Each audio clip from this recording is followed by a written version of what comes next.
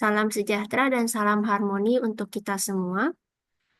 Perkenalkan, saya Santi Paramita, salah satu mahasiswa dari S3 Ilmu Pendidikan Universitas Pendidikan Ganesha. Sekarang saya ingin mencoba untuk menjelaskan mengenai pendidikan sebagai alat dan perlawanan kekuasaan. Pertama, kita akan lihat pendidikan sebagai alat kekuasaan. Teori yang mendukung adalah pertama dari Pierre mengenai reproduksi sosial. Pendidikan di Indonesia seringkali dipandang sebagai alat untuk menjaga struktur sosial yang ada, mempertahankan kekuasaan, dan membentuk individu sesuai dengan peran sosial mereka. Kemudian ada teori kedua dari Antonio mengenai hegemoni ideologi. Pendidikan di Indonesia seringkali digunakan oleh negara untuk menyebarkan ideologi dominan untuk mendukung pemerintah yang sedang berkuasa. Kemudian fakta sosial yang dapat kita lihat, pertama, pendidikan sebagai alat untuk meningkatkan nasionalisme di Indonesia. Di sini kurikulum pendidikan seringkali menekankan nilai-nilai nasionalisme, kesetiaan terhadap negara dan ideologi pemerintah seperti yang terlihat pada pelajaran Pancasila dan sejarah nasional negara Indonesia. Dan yang kedua, pendidikan sebagai penghalang mobilitas sosial. Di sini meskipun pendidikan bisa menjadi alat untuk perubahan, tetapi banyak sistem pendidikan justru memperkuat stratifikasi sosial yang ada, di mana hanya segelintir orang dari kelas atas yang memiliki kesempatan untuk meraih pendidikan yang cukup. Selanjutnya kita lihat pengendalian akses terhadap pendidikan.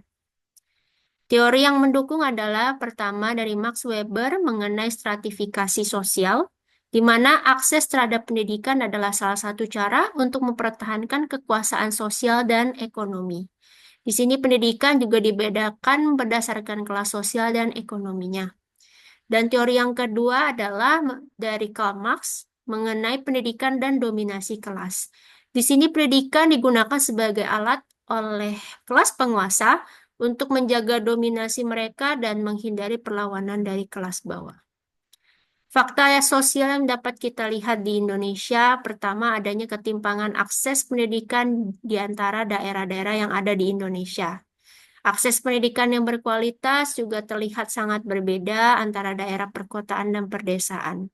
Sekolah-sekolah di kota besar seperti Jakarta mungkin fasilitas lebih lengkap dan lebih canggih dibandingkan daerah yang terpencil. Dan yang kedua, biaya pendidikan yang tinggi. Pendidikan tinggi di Indonesia, baik universitas maupun swasta, seringkali menjadi beban bagi keluarga yang kurang mampu. Ini menciptakan kesenjangan yang cukup tinggi antara yang cukup mampu dan kurang mampu. Selanjutnya kita lihat pendidikan sebagai perlawanan terhadap kekuasaan di Indonesia. Teori yang mendukung ada dua, yaitu pertama oleh Paulo tentang pendidikan pembebasan, di mana terutama melalui pendidikan alternatif bisa digunakan untuk menumbuhkan kesadaran kritis terhadap ketidakadilan sosial dan politik, serta mengubah kondisi masyarakat. Dan yang kedua, menurut Henry, mengenai pendidikan kritis, digunakan untuk menumbuhkan kesadaran akan penindasan yang dilakukan oleh kekuasaan dan mendorong individu untuk bertindak melawan ketidakadilan. Fakta sosial bisa kita lihat dari gerakan pendidikan alternatif. Beberapa organisasi di Indonesia menginisiasi untuk pendidikan alternatif seperti sekolah alam, kemudian mengajarkan siswa untuk berpikir kritis dan memahami ketidakadilan sosial. Dan yang kedua, mungkin ada beberapa aktivitas dari mahasiswa di mana seringkali menjadi motor penggerak dalam perlawanan terhadap ketidakadilan politik dan sosial seperti yang terlihat dalam aksi-aksi demonstrasi. Selanjutnya, pendidikan yang menggugah perubahan sosial di Indonesia. Teori ini didukung oleh teori John Dewey mengenai pendidikan demokratis, di mana seharusnya menjadi sarana untuk membentuk individu yang kritis dan aktif dalam kehidupan sosial dan politik, serta mendorong mereka untuk berpartisipasi dalam perubahan sosial.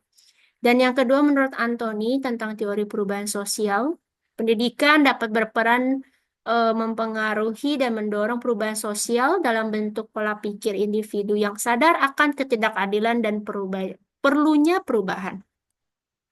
Fakta sosial yang dapat kita lihat yaitu sekolah-sekolah yang mengambil tindakan demokratis. Beberapa sekolah Indonesia mulai menerapkan prinsip-prinsip pendidikan demokratis yang menekankan pada partisipasi siswa dalam mengambil keputusan dan memperdayakan mereka dalam konteks sosial.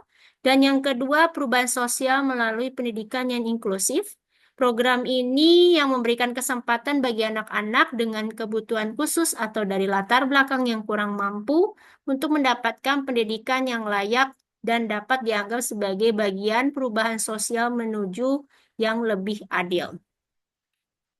Sekian penjelasan saya mengenai pendidikan sebagai alat dan perlawanan kekuasaan di Indonesia. Mohon maaf jika ada kekurangan dan terima kasih atas perhatiannya.